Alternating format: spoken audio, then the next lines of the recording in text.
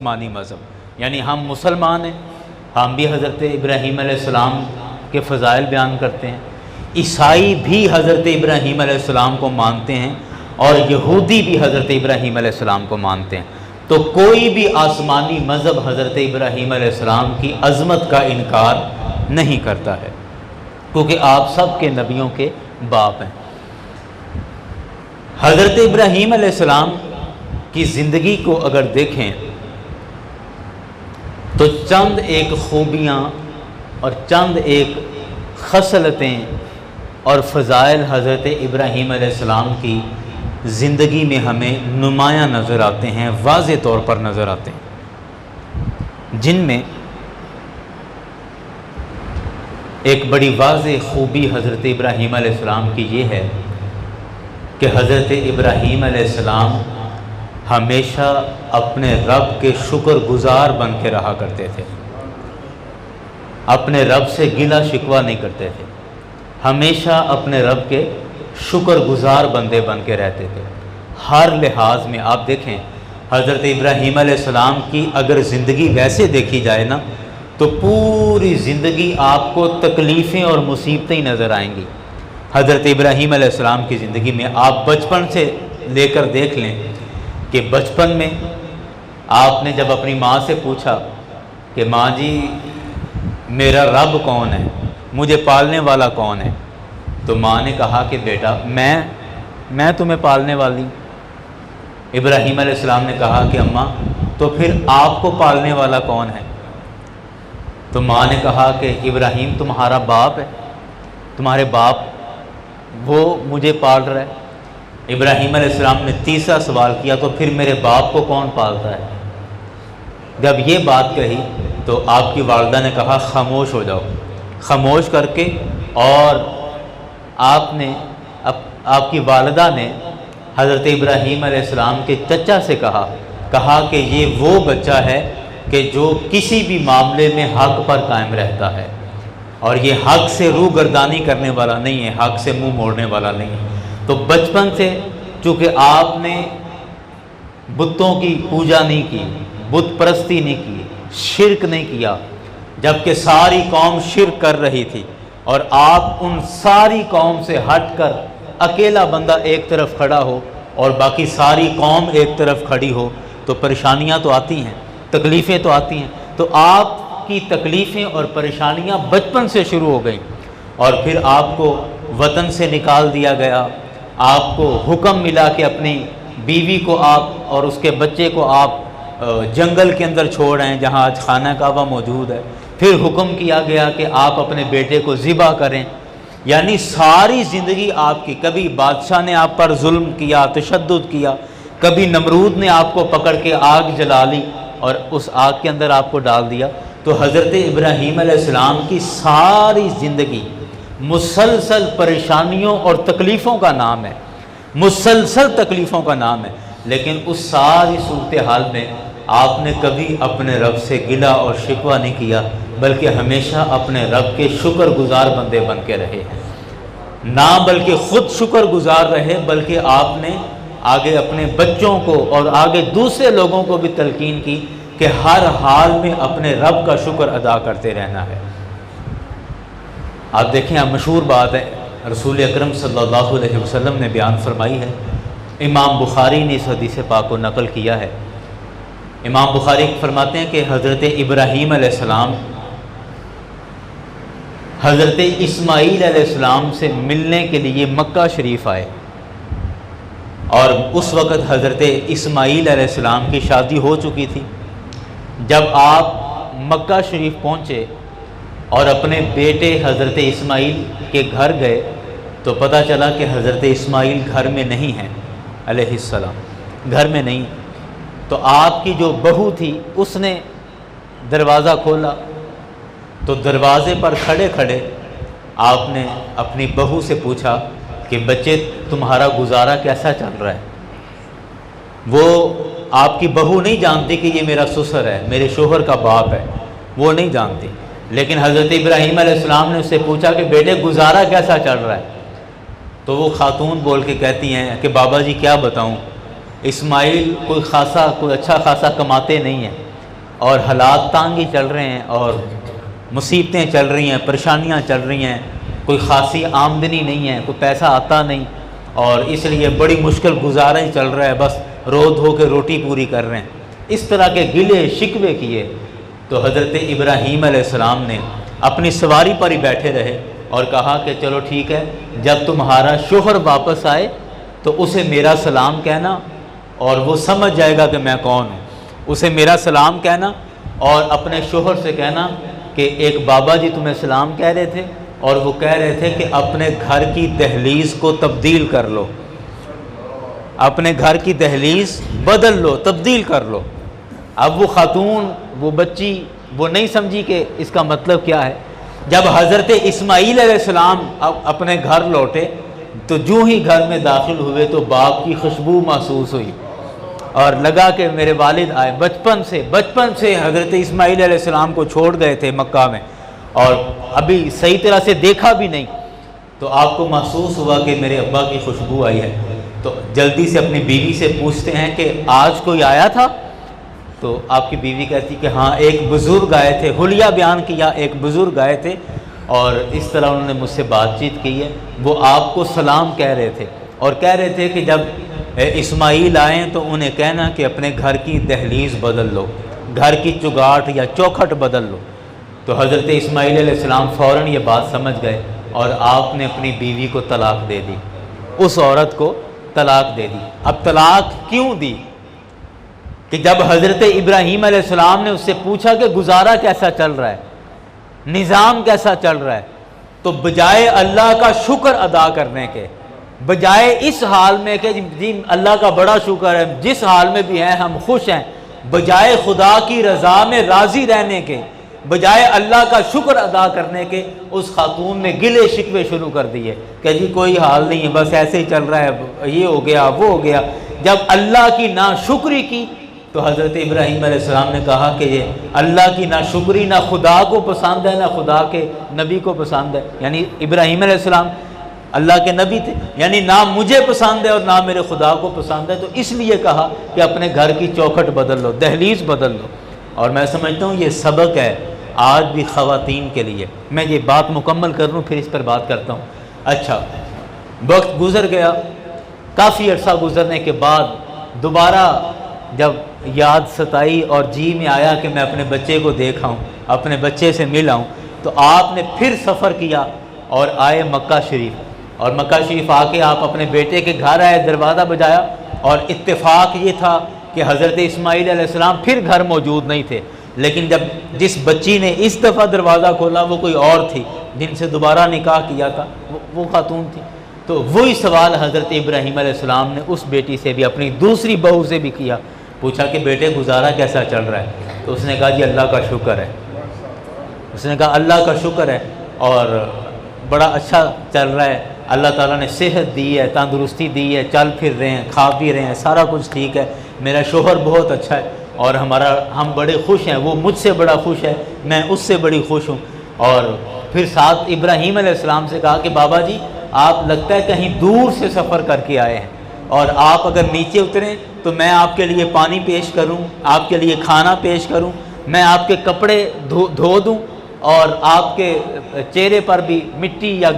سفر کے اثرات ہیں تو آپ نہا لیں، تھوڑا رک جائیں، آرام کر لیں۔ جب یہ بات کہی تو آپ بڑے خوش ہو گئے۔ آپ نے کہا کہ بیٹے اب جب اسماعیل آئے تو اس سے میرا سلام کہنا اور اسے کہنا کہ اس دہلیز کو بدلنا نہیں ہے،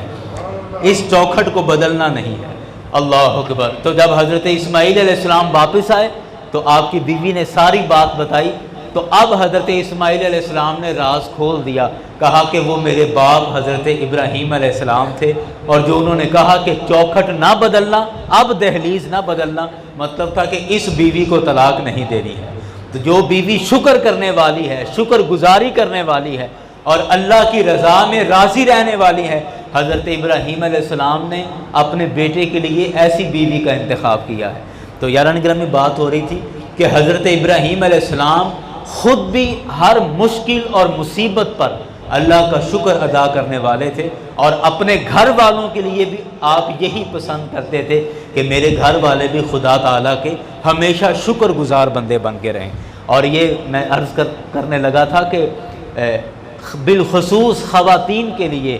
یہ ایک بہت بڑا سبق ہے کہ اللہ تعالیٰ نے انہیں جس حال میں رکھا ہے انہیں چاہیے کہ اللہ کا شکر ادا کرتے رہیں، کیونکہ خواتین کے اندر یہ عادت بہت زیادہ پائی جاتی ہے کہ وہ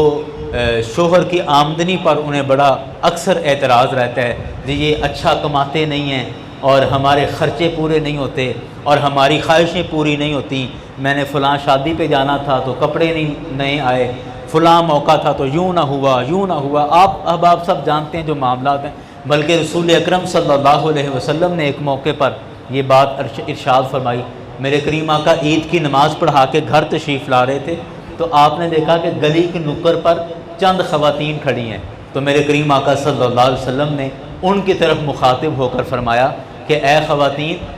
صدقہ دیا کرو، اے عورتوں صدقہ دیا کرو، کہ میں دیکھتا ہوں کہ جہنم کے اندر مردوں کی نسبت عورتوں کی تعداد زیادہ ہے، تو صدقہ دیا کرو۔ اب وہ خواتین تھی، پھر ہمارے استاد صاحب جب یہ حدیث پڑھا رہے تھے تو انہوں نے ایسے ہی ازراہ لطف بات کہی، کہتے تھے عورتیں تو پھر عورتیں، انہیں کیسے یہ بات ہضم ہوتی اور یا کیسے چپ کرتی؟ تو ان میں سے ایک عورت بولی کہ یہ کیا بات ہوئی، ہم کیسے جہنم میں جائیں گی، یا جہنم میں ہماری تعداد زیادہ کیوں ہوگی؟ تو رسول اکرم صلی اللہ علیہ وسلم نے جو وجہ بیان فرمائی ان میں ایک وجہ میرے آقا نے یہ بیان فرمائی کہ تم میں سے اکثر عورتیں اپنے شوہر کی ناشکری کرتی ہو، اپنے شوہر کی ناشکری کرتی ہو، اس وجہ سے جہنم کے اندر عورتوں کی تعداد مردوں کی نسبت زیادہ ہوگی۔ تو یاران گرامی، یہ ساری بات کرنے کا مقصد یہ ہے کہ ہمیں ہر حال میں اپنے رب کا شکر گزار بندہ بن کے رہنا چاہیے۔ تکلیفیں آتی ہیں، مصیبتیں آتی ہیں، پریشانیاں آتی ہیں، بعض دفعہ بندہ بیمار ہو جاتا ہے، بعض دفعہ مالی طور پر تنگی آ جاتی ہے، جیسے آج کل چل رہا ہے مہنگائی کی وجہ سے، اور کچھ ہماری اکانومی سٹیبل نہیں ہے پورے ملک کی، جس کی وجہ سے کچھ مسائل ہو رہے ہیں۔ اس موقع پر چاہیے، مردوں کو چاہیے کہ وہ اس حال پر صبر کریں اور اللہ کی شکر گزاری کرتے رہیں، اور بالکل اسی طرح خواتین کو بھی چاہیے کہ اس موقع پر وہ اپنے گھر کے اندر لڑائی کرنے کی بجائے، شوہر سے ناراضگی کرنے کی بجائے، وہ جتنی آمدنی ہے اس میں گزارا کرنے کی کوشش کریں، اور اس حال پر بھی اللہ کا شکر ادا کرتی رہیں کہ یا اللہ تیرا شکر ہے تو جس حال میں بھی رکھے۔ میرے پیر و مرشد شہنشاہ نقشبند حضرت خواجہ عالم غلام مرتضیٰ فناف رسول رحمۃ اللہ علیہ، آپ کے بارے میں آتا ہے کہ آپ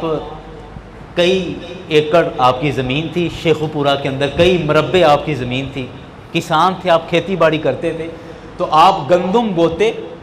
اور کئی ایکڑ گندم بوتے، لیکن گندم اگتی نہیں، اور اگ جاتا پنجابی میں جیسے پوگلا وہ اگ جاتا۔ تو جب آپ جاتے کھیتوں میں اور دیکھتے کہ میں نے تو گندم بوئی تھی اور گندم تو اگی نہیں، تو وہ جو جڑی بوٹی اگتی نا تو اس کو ہاتھ میں پکڑ کے کہتے، ہنس پڑتے اور اللہ کی بارگاہ میں ہاتھ اٹھا کے کہتے مولا جی تو اے بھی نہ اگاویں تو میں تیرا کی کر لینا، جی تو اے بھی نہ اگاویں تو میں تیرا کی کر لینا۔ یعنی شکر کا یہ عالم اور شکر گزاری کا یہ عالم کہ جس حال میں بھی رب نے رکھا ہے اس پر الحمدللہ، شکر الحمدللہ۔ اور اکثر بزرگوں نے مجھے یہ بات بتائی کہ ہمارے قبلہ مناظر اسلام علامہ منظور احمد مرتضی رحمۃ اللہ علیہ آخری دن آپ کے سخت بیماری میں گزرے اور بڑی تکلیف میں گزرے، تو اکثر بھائی محمد اکرم صاحب انصاری یہاں ہوں گے کہیں، تو وہ مجھے اکثر بتاتے ہیں، کہتے ہیں کہ اتنی سخت مصیبت میں اور سخت تکلیف میں بھی حضرت صاحب کے پاس جب بیٹھک میں جاتے اور ان سے کہتے حضرت جی کی حال ہے، تو کہتے شکر الحمدللہ، کبھی ان کی زبان پر ناشکری کا لفظ نہیں آیا۔ تو یہ اللہ کے نیک بندوں کی علامتوں میں سے ایک علامت ہے کہ جس حال میں بھی انہیں رب رکھتا ہے اس حال میں وہ شکر گزار بندے بن کے رہتے ہیں، اللہ کا شکر ادا کرتے رہتے ہیں۔ آپ دیکھتے ہیں کہ اللہ کے جتنے بھی نیک ولی ہیں، اللہ کے ولی، نیک بندے، برگزیدہ بندے، آپ جب بھی ان کو دیکھیں گے جا کر تو آپ ان کو خوشحال دیکھیں گے۔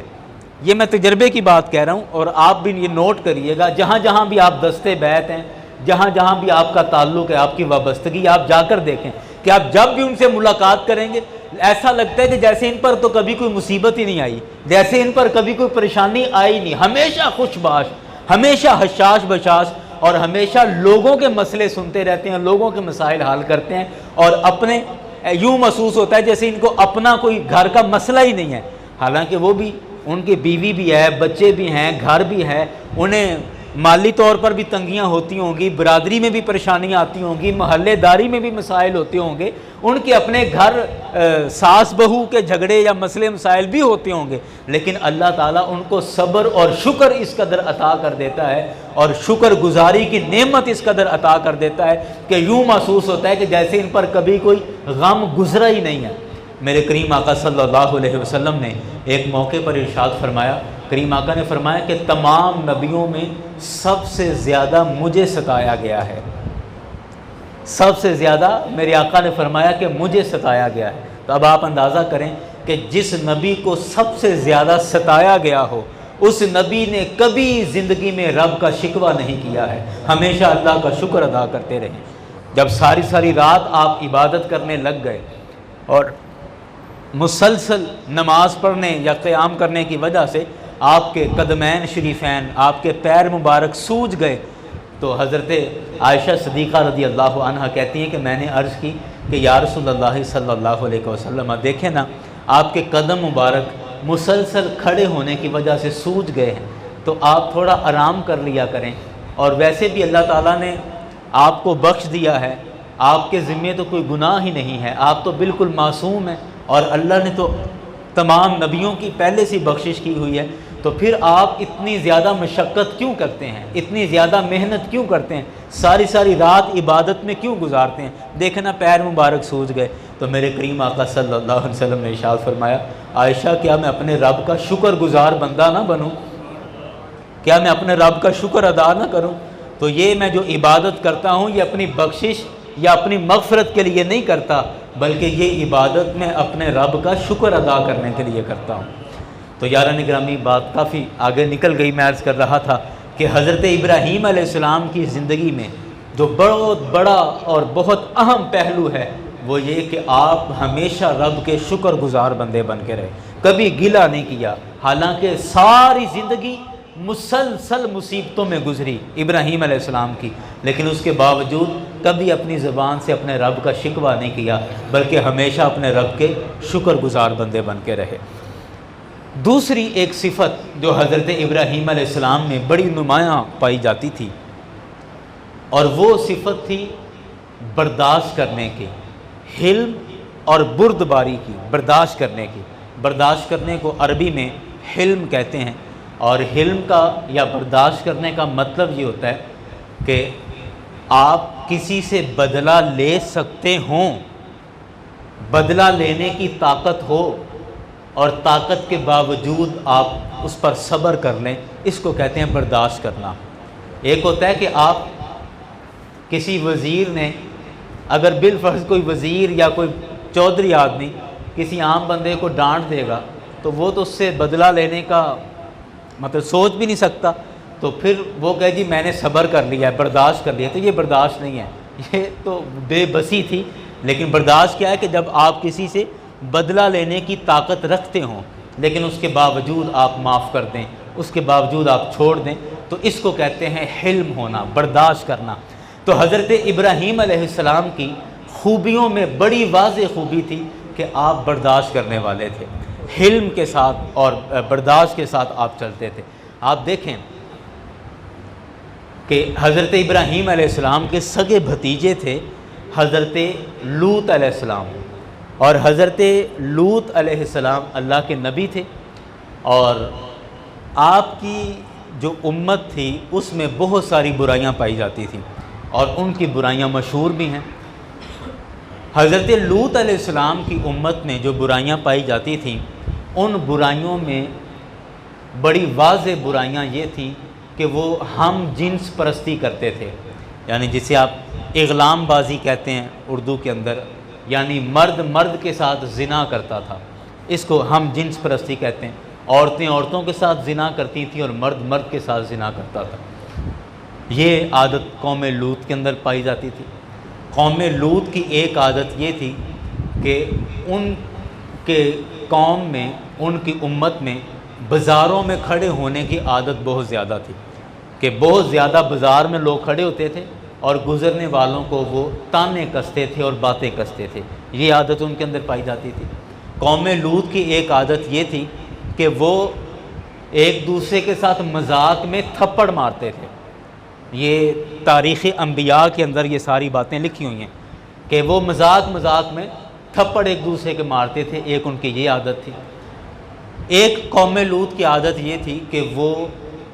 مذاق کرنے کے لیے گالیاں دیا کرتے تھے،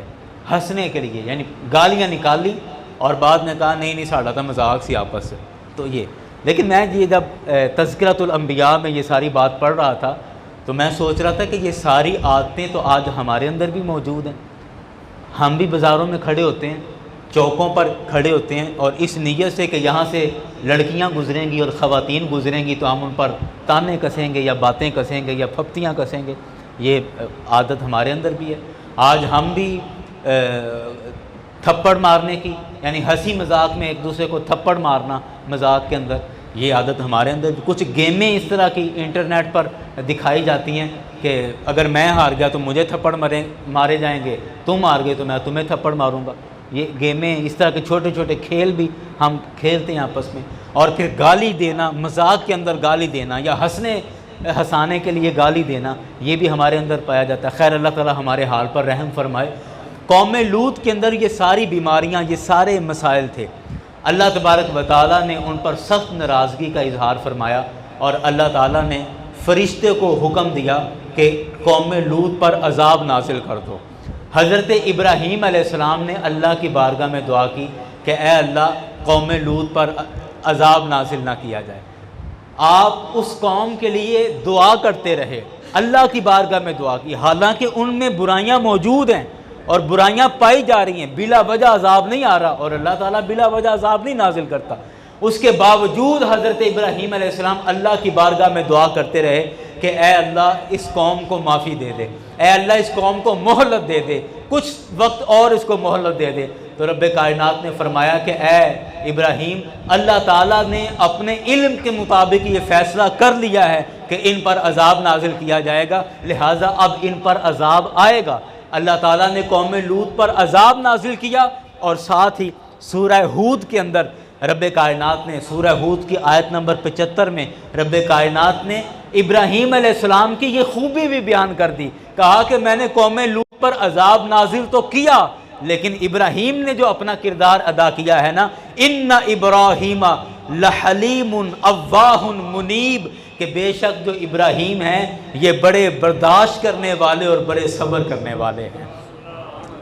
یہ بڑے حلیم ہیں، لحلیم، بڑے حلم والے، برداشت کرنے والے ہیں۔ تو حضرت ابراہیم علیہ السلام کی خوبیوں میں سے آج ہم نے دوسری خوبی یہ دیکھی کہ آپ بہت زیادہ برداشت کرنے والے تھے اور آپ طاقت اور قدرت ہونے کے باوجود آپ معاف کر دیتے تھے اور کسی سے بدلہ نہیں لیتے تھے۔ رسول اکرم صلی اللہ علیہ وسلم کے ایک حدیث پاک مجھے یاد آئی، میرے کریم آقا صلی اللہ علیہ وسلم نے ارشاد فرمایا کہ طاقتور وہ نہیں ہے جو پہلوان ہو۔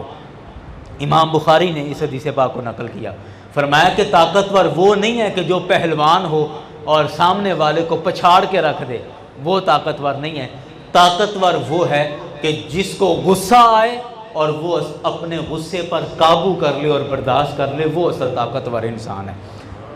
اور ہمارے ہاں اکثر یہ جملہ بولا جاتا ہے کہ جی میرا غصہ بڑا پیڑا ہے، بس جدو میں غصہ آتا ہے نا پھر میں کسی نے نہیں ویندا کہ میرے اگے کون ہے۔ بھائی یہی تو دیکھنا ہوتا ہے، یہی تو تربیت ہے، یہی تو دیکھنا ہے کہ غصہ آ گیا تو اس کو برداشت کیسے کرنا ہے، اور اگر غصہ آ گیا اور برداشت نہیں ہوا تو پھر جانوروں میں اور انسانوں میں کیا فرق ہے؟ جانور کا بھی جب جی میں آیا سینگ مار دیا، جب جی میں آیا لات مار دی، یہی ہے نا۔ تو جانور میں اور انسان میں کیا فرق ہے کہ اگر آپ برداشت نہیں کریں گے تو غصہ برداشت کرنا، حلم اور برداشت اور صبر کی تلقین، یہ حضرت ابراہیم علیہ السلام کے خاصوں میں سے ایک خاصہ تھی۔ دو باتیں آج ہم نے بیان کر لی، تیسری ایک بات سنیں اور پھر بات کو میں سمیٹ دیتا ہوں کہ حضرت ابراہیم علیہ السلام کی خوبیوں میں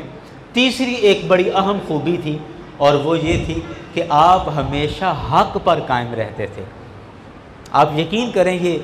اگرچہ یہ کام بڑا مشکل ہے لیکن زندگی جینے کا مزہ اسی کام کے اندر ہے کہ بندہ حق بات کے اوپر ڈٹ جائے، حق پر ڈٹ جائے، پھر جو ہوتا ہے ہو جائے، لیکن سچی بات اور حق بات پر ڈٹ جائے، یہ بڑا مزیداری والا کام ہے۔ حضرت ابراہیم علیہ السلام کے اندر یہ خوبی بہت زیادہ پائی جاتی تھی۔ آپ دیکھتے ہیں کہ بچپن میں، جیسے میں نے پہلے سنایا کہ بچپن سے ہی حضرت ابراہیم علیہ السلام بت پرستوں کے خلاف تھے۔ آپ کے چچا آزر بت پرستی کرتے تھے، بلکہ بت بناتے تھے، اور جب وہ بت بناتے اور حضرت ابراہیم علیہ السلام کو کہتے کہ یہ بت بن گیا اور یہ فلاں بندے کا ہے، تو یہ فلاں گھر میں جا کے دے آؤ، تو ابراہیم علیہ السلام گھر سے بت لیتے، جیسے گلی سے گھر سے باہر نکلتے گلی میں، تو بت کی گلے میں اس کی گردن میں رسی باندھ کے اور اس کو گھسیٹتے ہوئے لے جاتے اور جا کے کہتے لو جی تمہارا خدا تیار ہو گیا۔ اس طرح کی باتیں بچپن سے آپ کرتے تھے۔ اب لوگ آپ سے بڑے تنگ تھے اپنے نظریے کے مطابق یا اپنے ذہن کے مطابق کہ یہ ہمارے خدا کی توہین کرتا ہے اور یہ ہمارے خدا کے ساتھ یہ کیا رویہ کرتا ہے اور اس کی بے حرمتی کرتا ہے اپنے۔ تو شکایتیں آتی تھیں، آپ کی والدہ کو شکایتیں آتی تھیں، آپ کے چچا کو شکایتیں آتی تھیں، لیکن آپ کبھی بھی اس بات پر آمادہ نہیں ہوئے کہ میں بت پرستی کروں گا۔ آپ نے کہا چچا جو غلط ہے سو غلط ہے۔ اپنی ماں سے کہتے تھے کہ اماں جو غلط ہے سو غلط ہے، یہ میرے رب نہیں ہے، انہوں نے مجھے پیدا نہیں کیا۔ اور یہی وجہ ہے کہ جب یہ بات پھیلتی پھیلتی نمرود تک پہنچ گئی، اور ایک دفعہ ایسا ہوا کہ میلہ تھا اور ساری قوم میلے پہ گئی ہوئی، تو حضرت ابراہیم علیہ السلام جو پوری علاقے کا سب سے بڑا بت خانہ تھا وہاں چلے گئے اور وہاں کلہاڑا لے کے چلے گئے۔ کسی بت کی ٹانگ کاٹ دی، کسی کے بازو توڑ دیا، کسی کا سارے بت وہاں پر ڈیمیج کر دیے، اور جو ان کا بڑا بت تھا اس کے کندھے پر کلہاڑا ایسے رکھ کے واپس آ گئے۔ اب ایک بچہ جو اکیلا اپنے نظریے پر کھڑا ہوا ہے، اکیلا اپنے، پوری قوم بت پرستی کر رہی ہے، پوری قوم بت پرستی کر رہی ہے، ساری قوم ایک طرف اور حکومت بھی اسی طرف، بادشاہ بھی اسی طرف، اور یہ اکیلا نوجوان ایک طرف کھڑا ہے، سب سے ٹکر لے رہا ہے حق کی وجہ سے، حق بات کرنے اور حق پر قائم رہنے کی وجہ سے ایک اکیلا نوجوان وہ سب کے ساتھ ٹکر لے رہا ہے۔ تو جب یہ حرکت ہوئی، لوگ واپس آئے، انہوں نے آ کے اپنے بت خانے میں دیکھا تو سارے بت ان کے خراب ہوئے پڑے، کسی کی ٹانگ توڑ دی، کسی کا بازو توڑ دیا، کسی کا کیا کر دیا، اور جو بڑا بت تھا اس کے کندھے پر کلہاڑا رکھ کے آ گئے۔ تو سب ویسے ذہنی طور پر جانتے تھے کہ اس طرح کی حرکت کون کر سکتا ہے، تو انہوں نے کہا ابراہیم سے پوچھیں۔ حضرت ابراہیم علیہ السلام سے پوچھا اور ان کو پکڑ کے، ابراہیم علیہ السلام کو پکڑ کے نمرود کے پاس لے گئے، اور نمرود کے پاس جا کر کہا جی یہ وہ بچہ ہے جس نے یہ ساری حرکت کی ہے اور ہمیں سب کو اسی پر شک ہے، آپ اس سے بات کریں۔ نمرود نے ابراہیم علیہ السلام سے بات کی، کہنے لگا کہ یہ سارا جو معاملہ ہوا ہے ہمارے عبادت خانے میں، تو یہ کس نے کیا ہے؟ تم نے کیا ہے؟ ابراہیم علیہ السلام نے کہا کہ آپ یہ اپنے بڑے بت سے پوچھیں کہ اس کی نگرانی میں سارے چھوٹے بتوں کا یہ حشر کون کر گیا ہے۔ اپنے بڑے بت سے پوچھیں کہ اس کی نگرانی میں یہ چھوٹے بتوں کا یہ حشر کون کر گیا ہے۔ تو نمرود نے کہا کہ تمہیں پتہ نہیں، وہ تو بول نہیں سکتے۔ تو حضرت ابراہیم علیہ السلام نے کہا کہ یہی تو بات ہے کہ جو بولنے تک کی صلاحیت اور طاقت نہیں رکھتے وہ تمہارے خدا کیسے ہو سکتے ہیں؟ ان سے زیادہ طاقتور تو تم ہو کہ تم بولنے کی صلاحیت رکھتے ہو۔ نمرود کو ایک دم اس پہ جھٹکا لگا کہ یہ بچے نے کیا بات کر دی، اور یہ پھر وہ بات تو خیر جو ہونی تھی ہو گئی۔ اب نمرود کے ساتھ مناظرہ ہو گیا حضرت ابراہیم علیہ السلام کا، اور کہاں یہ چھوٹا بچہ ایک نوجوان اور کہاں وقت کا بادشاہ اور پوری حکومت کا سربراہ، جس کے سامنے ساری رعایا جو ہے وہ سر جھکا کے آتی ہے اور جس کو سجدے کیے جاتے ہیں، اس کے سامنے یہ اکیلا نوجوان جس کے پیچھے نہ کوئی ایجنسی ہے، نہ جس کے پیچھے کوئی باہر کی سپورٹ ہے، نہ کوئی اور فنڈنگ ہے، کچھ بھی نہیں ہے، اکیلا بندہ کھڑا ہے۔ اچھا، اور تو فرعون نے کہا کہ اس کا مطلب ہے کہ تم مجھے بھی خدا نہیں مانتے۔ ابراہیم علیہ السلام نے کہا کہ نہیں، میں تمہیں بھی خدا نہیں مانتا۔ تو فرعون نے کہا کہ تمہارا خدا کون ہے؟ ابراہیم علیہ السلام نے کہا کہ میرا خدا وہ ہے کہ جو زندہ بھی کرتا ہے اور جو موت بھی عطا کرتا ہے،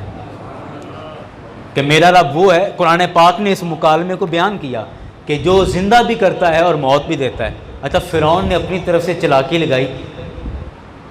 نمرود نے، میں لفظ بھول گیا، نمرود نے اپنی طرف سے چلاکی لگائی۔ وہ کہنے لگا کہ اب پھنسا۔ اس نے کہا کہ یہ زندگی دینا اور موت دینا یہ تو میں بھی کر سکتا ہوں،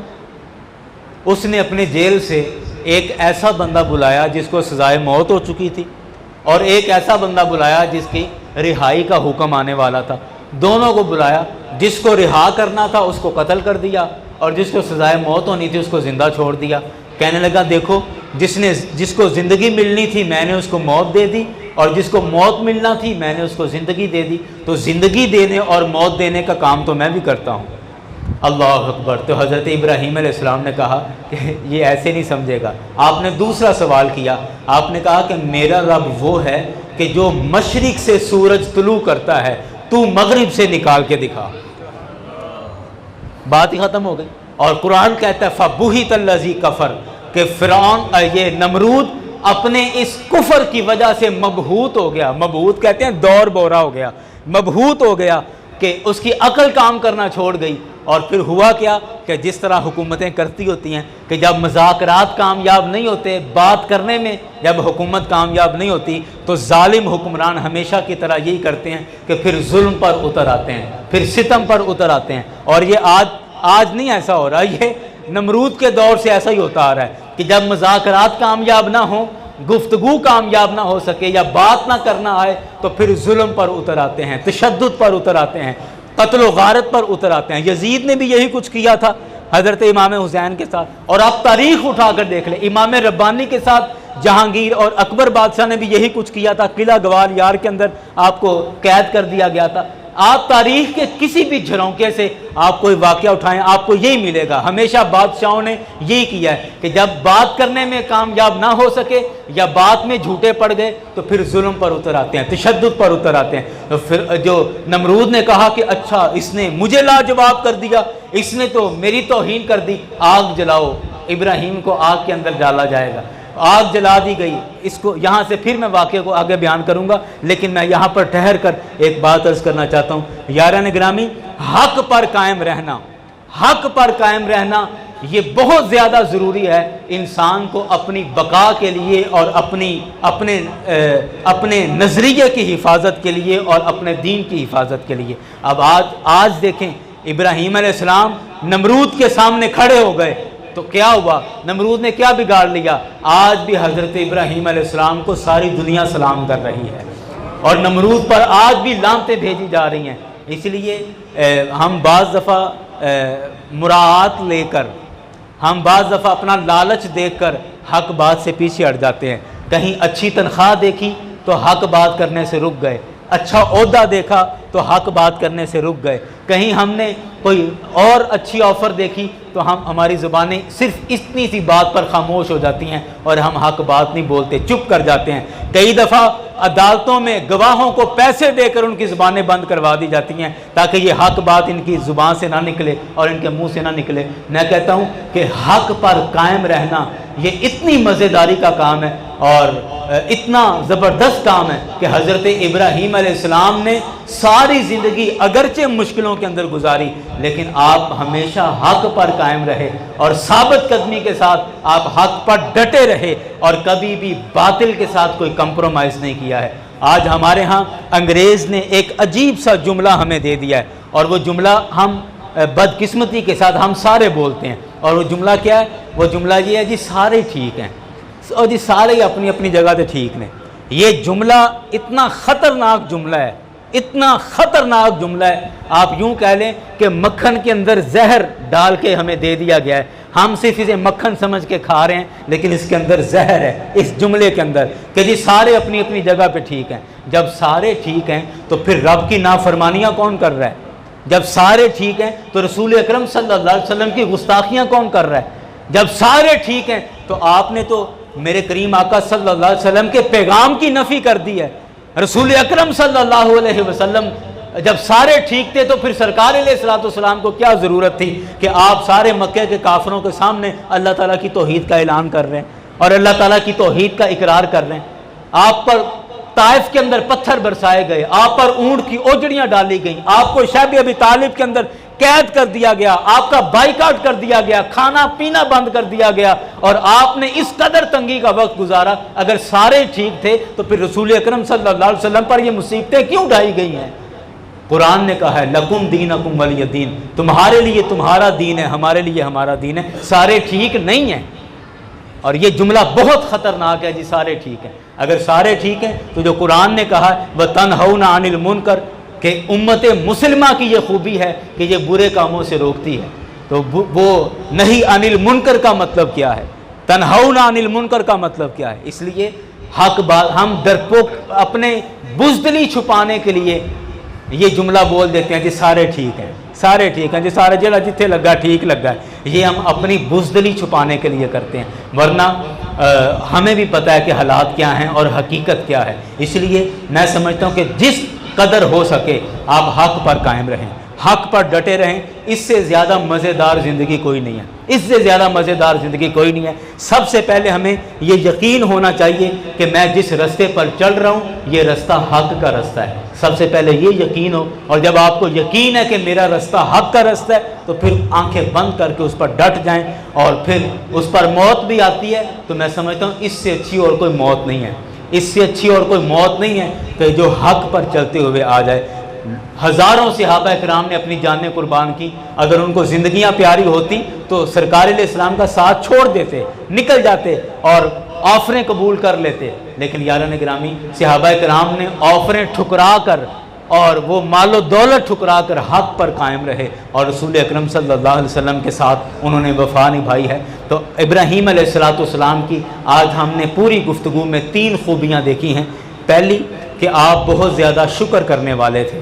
دوسری کہ آپ بہت زیادہ برداشت کرنے والے تھے، اور تیسری جو آج کی گفتگو میں بیان ہوئی ہے وہ یہ کہ آپ ہمیشہ حق پر قائم رہنے والے تھے۔ مجھے اقبال کا ایک شعر یاد آ گیا، پھر میں بات ختم کرتا ہوں۔ حضرت اقبال نے کہا کہ تو رہ نورد شوق ہے